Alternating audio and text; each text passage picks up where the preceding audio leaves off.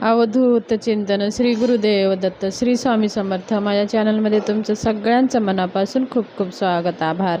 तुमचे सगळे चांगले इच्छा पूर्ण करू अशा आपल्या गुरुचरणी वंदन करू आजच्या व्हिडिओला सुरू करूया. चला तर मग आज आपला विषय आहे, आपण खूप काही स्वामी सेवा करतोय. आपण दुसऱ्या तुमच्या गुरूंची सेवा करताय, लक्ष्मी प्राप्तीसाठी सेवा करताय, भरपूर खूप सेवा करताय, तरीही तुमचे प्रश्न सुटत नाही.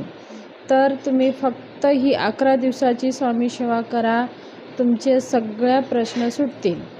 पहा, काही वेळेस काय होतं, आपली जे काही कर्म असतात, जे काही आपल्या पापकर्म म्हणा किंवा कळत न कळत आपल्याकडनं काही पाप घडतं, किंवा आपल्या कुलदेवीची, कुलदेवांची तसेच पितरांची सेवा जरी नाही केले तरीही आपल्याला आपल्या घरावरती त्यांचा दोष लागत असतो, आणि त्याच्यामुळे सुद्धा आपले काही प्रश्न खूप सेवा करूनसुद्धा सुटत नाही.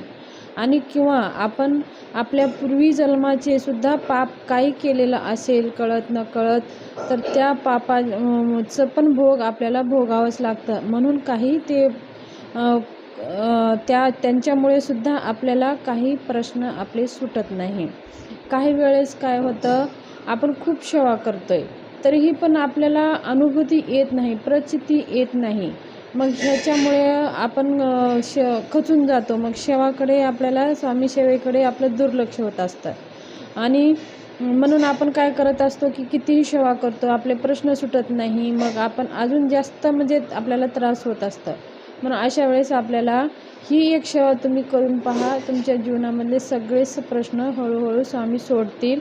आणि कोणतीही सेवा करताना पहा, विश्वास, मनामध्ये विश्वास हवा आहे आणि भाव हवा आहे, समर्पण भाव हवा आहे. आपण सेवा करतोय, मला होत नाही, मला सेवा करतोय, माझी प्रश्न सुटत नाही, असे जर आपण भावना मनामध्ये धरलं तर ते आपल्याला लगेच भेटत नाही. कोणतीही सेवा असो किंवा कोणतेही कार्य असतो, ते करण्यासाठी आपल्याला वेळ करत असतो, तर त्याचे फळ भेटण्यासाठी थोडं वेळ लागतो. कोणतंही बीज जर आपण लावला तर रोपटं उगवायला त्याला थोडं वेळ लागणारच. तर आपल्याला तेवढं पेशन्स ठेवायचं आहे आणि विश्वास भावाने स्वामी सेवा करायची आहे.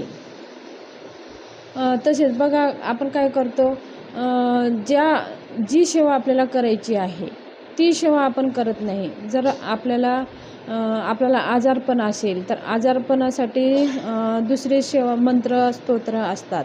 जर आपला व्यापार वृद्धी करायची असेल तर व्यापार वृद्धी करण्यासाठी सुद्धा आपल्याला दुसरे मंत्र, स्तोत्र असतात. आणि तसेच किंवा आपल्या घरामध्ये सगळं काही आपल्या विपरीत घडतं, अशा वेळेससुद्धा आपल्याला दुसरी सेवा असते, म्हणजे पितरांची सेवा असते. म्हणजे आपल्याला सगळं काही विपरीत घडतं, मुलाबाळांचं चांगलं होत नाही, लग्नामध्ये अडथळे येतात, संतान प्राप्तीमध्ये अडथळे येतात. अशा वेळेस आपल्याला आपल्या पितरांची सेवा करायची असते. मग जर आपल्याला आरोग्य ठीक नाही, आपल्याला आरोग्याविषयी खूप काही समस्या आहे, तर अशा वेळेस आपल्याला महामृत्युंजय मंत्राचं जप करून भगवान शंकराच्या पिंडीवर अभिषेक करून तीर्थ घ्यायचं असतं. तर अशा प्रत्येक कार्यासाठी प्रत्येक मंत्रस्तोत्र अलग आहेत. पण आपण जर स्वामी सेवा केली तर आपल्याला सगळ्या देवांची सेवा घडत असते.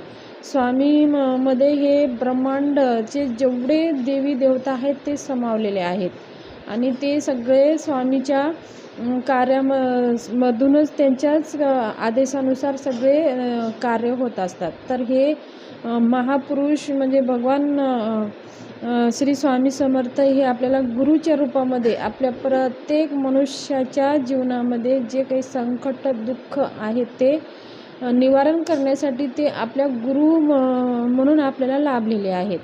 तर आपल्याला विश्वासभावाने सेवा करत राहायचं. कोणतीही सेवा केलेली वाया जात नाही. जर आपण बीज जमिनीमध्ये जर गाडत गेलो तर त्या बीज कधी ना कधी ते उगतंच, पाऊस नाही पडला तरी उगतं. तर सेवा पण तशीच असते.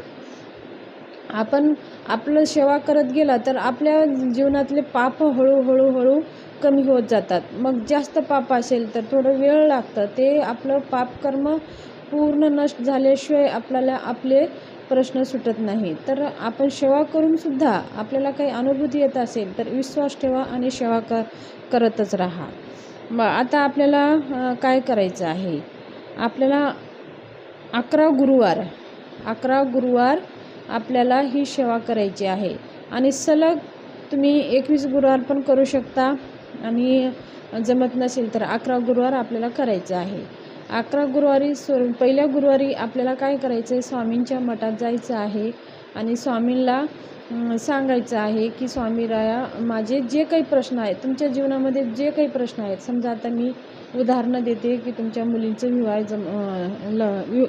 विवाहामध्ये अडचण येत आहे किंवा तुमच्या मुलांच्या नोकरीमध्ये अडथळे येत आहेत. तर मी आजपासनं आज गुरुवार आहे, माझी सेवा मी करणार आहे, माझ्याकडनं तुम्ही करून घ्या. स्वामींना म्हणायचं नाही की मी करणार आहे, तुम्ही माझ्याकडनं करून घ्या. मी 11 वेळेस श्री स्वामी समर्थ मंत्र, 1 वेळेस श्री स्वामी समर्थ सारामृतांचं ग्रंथाचं पाठन, 11 वेळेस तारक मंत्राचं पाठन हे मी करणार आहे आणि तुम्ही सद्बुद्धी द्या की मी हे करून घ्या माझ्याकडनं आणि मी करेन. तर ही नारळ आणि खडीसाखर हे स्वामींना ठेवून आपल्याला स्वामींना सांगून यायचं आहे आणि त्या दिवशीपासून आपल्याला 11 दिवस 11 वेळेस 11 श्री स्वामी समर्थ माळी आणि 1 पूर्ण श्री स्वामी समर्थ अध्यायाचं ग्रंथाचे अध्याय 21 अध्याय आहेत आणि 11 वेळेस श्री स्वामी समर्थ तारक मंत्र हा मंत्र आपल्याला 11 गुरुवार आवर्जून करायचा आहे. आणि त्या दिवशी 11 गुरुवार करायचा असेल संकल्प आपण सांगितल्यानंतर आपल्याला उपवास जरूर करायचा आहे.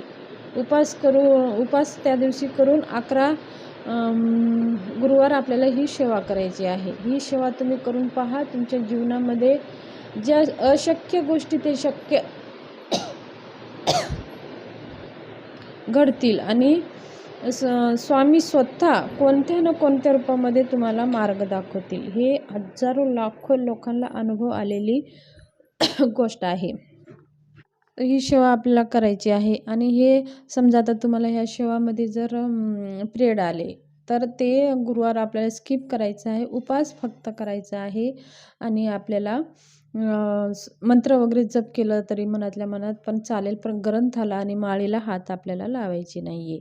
आणि तसेच आता हे आपले 11 गुरुवार पूर्ण झाले. 11 गुरुवार झाल्याच्या नंतर आपल्याला काय करायचं आहे, शेवटच्या गुरुवारी स्वामींना सांगायचं आहे. ह्या 11 दिवसामध्ये तर तुमचे प्रश्न सुटलेच असतील. समजा जर सुटले नसेल तर अजून एक नारळ खडीसाखर घेऊन जायचं आहे आणि स्वामींच्या दरबारात जायचं आहे आणि स्वामींना सांगायचं आहे की स्वामी महाराज, मी ते तुम्ही माझ्याकडनं करून घेतलात, जी काही सेवा मी सुरू केली होती ते तुमच्या दयेनं कृपेनं ती सेवा माझी पूर्ण झालेली आहे आणि माझे काही प्रश्न सुटले असेल तर सुटले म्हणा, जर सुटले नसेल तर लवकरात लवकर सोडवा आणि तुमच्या कृपेनं अशीच मला सेवा घडत राहू दो, असे म्हणून आपण आपल्या स्वामींना सांगून ते नारळ खडीसाखर स्वामींना अर्पण करून यायचं आहे.